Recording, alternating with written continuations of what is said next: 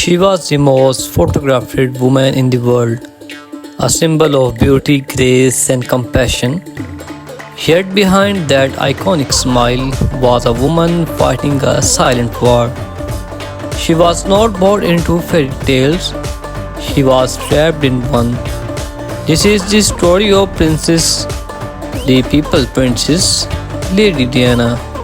From her quiet childhood to royal wedding, from heartbreak to her tragic death, and the legacy that still lives on, let's uncover the untold story of Diana Spencer. Diana Spencer was born on July 1, 1961 in Park House. She was the fourth of five children in British family. Even though Diana was born into a nobility, her childhood was far from ideal. At age 7, her parents went through a bitter divorce, a trauma that deeply affected her. She was shy, sensitive, and often sought love and attention, something she would continue to seek even in her royal life.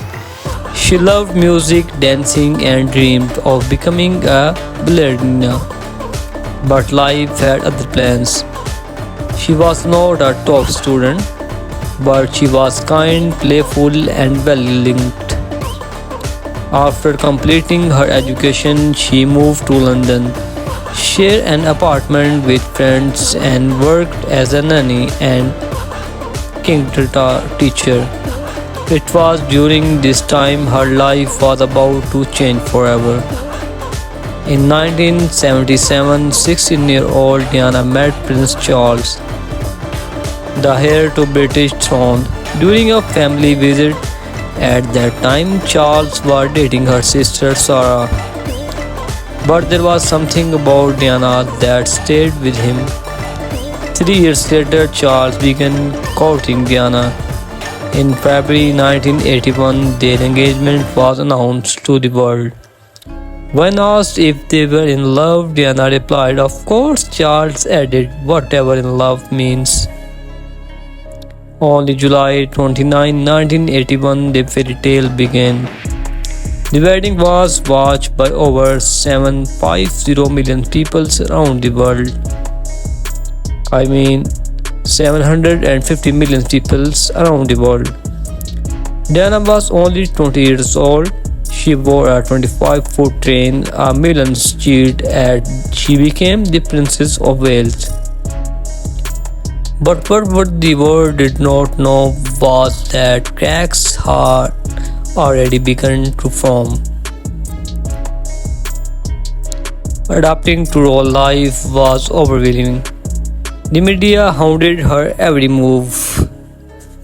The palace expected her to behave a certain way, to be silent, obedient, and perfect. Diana began to suffer from anxiety and bulimia. She felt trapped, lonely, and emotionally. Behind closed doors, her marriage with Prince William was falling apart. Even during her pregnancies, she was deeply unhappy. In 1982, Prince William was born. In 1984, Prince Harry arrived. Diana adored her boys, but her relationship with Charles continued to suffer. Someone said there were three of us in this marriage, so it was a bit crowded. She was referring to Camilla Park Bowles, the woman Charles had never truly left. As the truth of Charles and Camilla's affair became more obvious, Diana's pain turned public. She started taking control of her story, giving interviews, attending solo events, and winning hearts everywhere she went.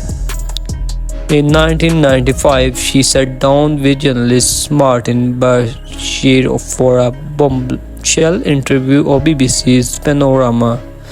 Millions watched as Diana spoke openly about her marriage, her struggles, and her heartbreak. That moment made her not just a princess but a symbol of strength of women around the world. While the royal family focused on traditions, Diana focused on people. She visited AIDS patients at a time when people were afraid to touch them. She hugged sick children, walked through minefields in Angola, and brought attention to issues the royal never had dared spark of.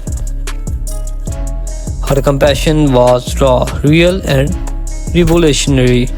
The world saw her as a modern day saint. They called her the People Princess. She changed the very idea of what it meant to be royal.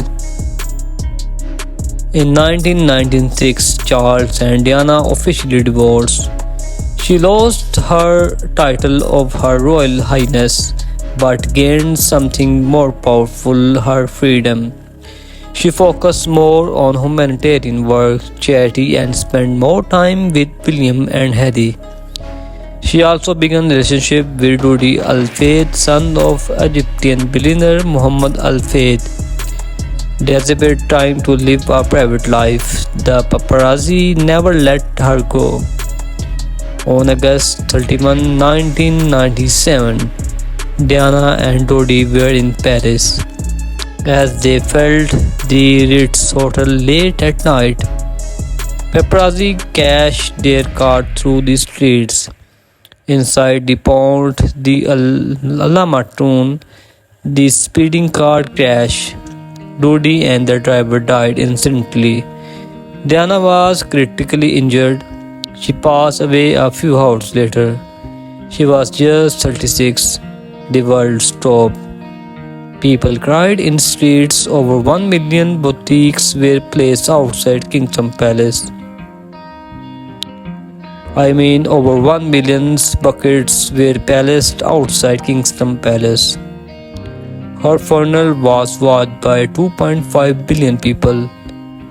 Elton John sang and written version of Candle in the Wind. My beautiful viewers and all my subscribers, I hope you enjoy this video. So my beautiful viewers, if you enjoy this video, please share this video with your family and friends. So many questions the consultants of Diana's death. Why was the car speeding?